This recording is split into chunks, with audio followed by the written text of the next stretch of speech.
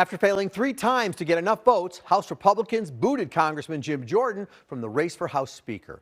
There are reportedly several Republicans who now want to be considered for the job, and they've got until noon today to start those campaigns. In the meantime, all business is on hold since the House can't act without a speaker in place. That's even as President Biden wants quick movement on more aid for Israel and Ukraine. Joining me now is Congressman Brad Schneider. Congressman, good to see you. So Republicans haven't been able to come to a consensus on who they want for Speaker. McCarthy booted over 2 weeks ago. Temporary Speaker, not an option. We're finding that Jim Jordan continues to lose support. What's your reaction to all of this? It's a lot of frustration. What has been clear since the Gang of Eight used the rule they demanded from McCarthy back in January, that one person could present a motion to vacate, the Republicans have been unable to unite behind a leader. So it's clear the only way forward is a bipartisan solution. Republicans accepting the offer from the Democrats to find a way to work together, to focus on the things that matter, such as addressing the issues at our border in Israel and Ukraine.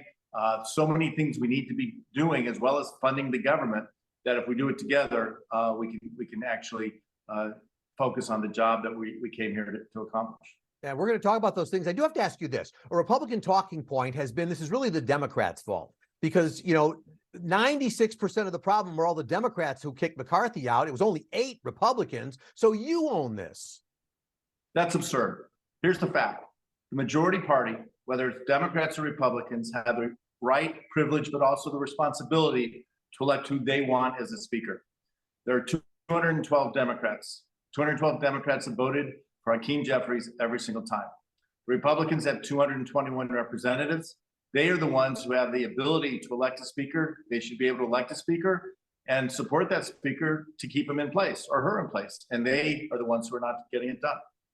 President Biden spoke from the Oval Office, which is a solemn thing to do on Thursday night, calling for a little bit over 100 million in help to help Ukraine and Israel. I'm just sort of curious, probably gets through the Senate, but assuming the problems of the House aside, what do you do if members of the House try and separate Israel and Ukraine, going more for Israel and questioning Ukraine? Well, I'm going to focus on the challenges we face. So what the president asked for in his speech, which I thought was a fabulous speech on Thursday night, was for America to stand with our allies. We have a fight going on between Israel and Hamas. We have a fight going on between Putin and Ukraine.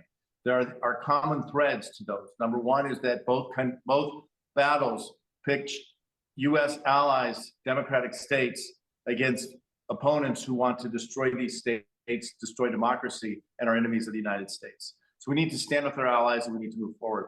I'm confident that there is an overwhelming majority of people in the House on both sides of the aisle that will support our allies, our ally Ukraine, our ally Israel. We'll address the other needs we have and make sure that we can start and are able to start working for the needs of American families at the same time. It's not an either-or choice. The president met with Prime Minister Netanyahu, of course, in Israel. It was a risky trip to take. How important was it that they do that, especially given the sort of chilly nature of their relationship lately? I don't think you've seen a chilly nature. I think that President Biden and Prime Minister Netanyahu have been friends for a very long time. They know each other very well, and you see having a president who understands the role America plays in global affairs, the relationship the United States has with our most important ally, Israel. The president has stepped up. He is, for the first time, he flew into a war zone or into Israel at a time of war and conflict. He gave Israel as a whole, but also the Israel military, Israel government, a clear statement of support that the United States is going to stand with our ally. We'll make sure Israel has everything it needs to protect its citizens, defend its borders, and rescue its captives.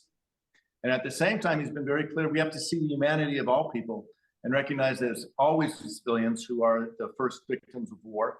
And we are trying everything we can to make sure that civilians in Gaza can get to safe zones, can get the humanitarian aid we need. In fact, I led a letter with my colleagues calling on Egypt to help open those safe zones and create the passageway from Egypt into southern Gaza so that the civilians can get the care that they deserve and need. By the way, as you know, the president was to meet with some of those other leaders because of the bombing of the hospital. That seems to be the reason that meeting got canceled. Is that a concern that the meeting was canceled?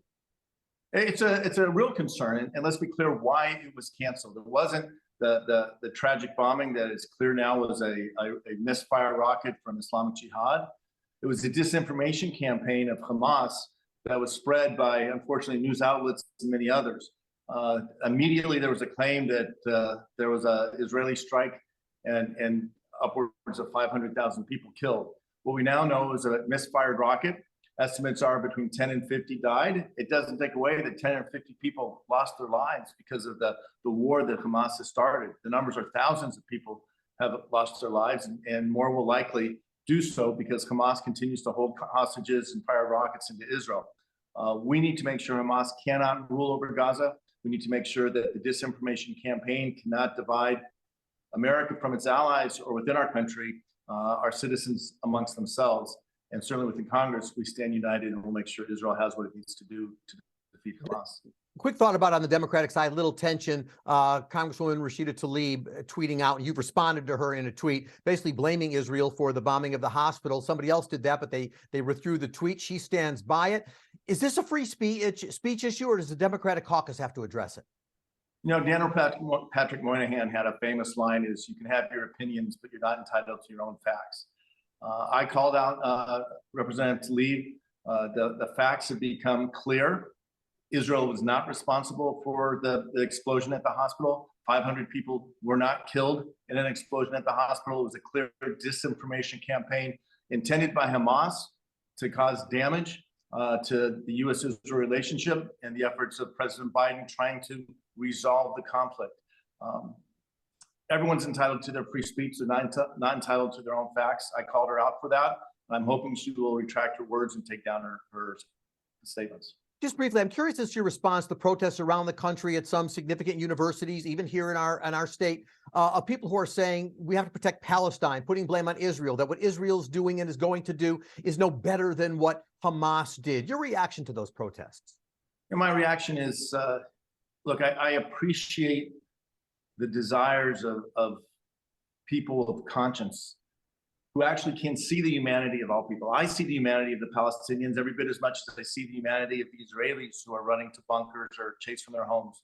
Hamas attacked Israel in an attack that brutally, savagely massacred more than 1,400 Israelis. They didn't do it because anything Israel was doing other than existing. Hamas's charter is all about the destruction of Israel. Their purpose is the murder of Jews. So if moral clarity says that Hamas is a terrorist organization, start with calling on Hamas to release all hostages and cease firing rockets at Israeli cities. And then we can talk about Israel taking the steps necessary to create safe zones for civilians living in Gaza, making sure that they have the aid they need to get out of harm's way and take care of their families. And then we can talk about going the next steps so that we can rebuild Gaza and make sure Gaza is not governed by a terrorist organization that seeks to cause destruction of Israel and devastation around the world. And then we can talk about finding a pathway, as Israel was doing with the Arab states all around the region, to create a place, as my friend in Israel said, the Abraham Accords were about the idea that Jews and Arabs both belong to the same land, and that Jews and Arabs can work together and prosper sharing that land. But before we ever get to that place, the first thing always has to start with seeing the humanity of people and calling on Hamas to release its hostages and cease its attacks of Israel. Congressman Brad Schneider, thanks for your time as always. Budget issues coming up, more to talk to you about down the line. We'll be in touch. Thank you. Thank you. Always good to see you.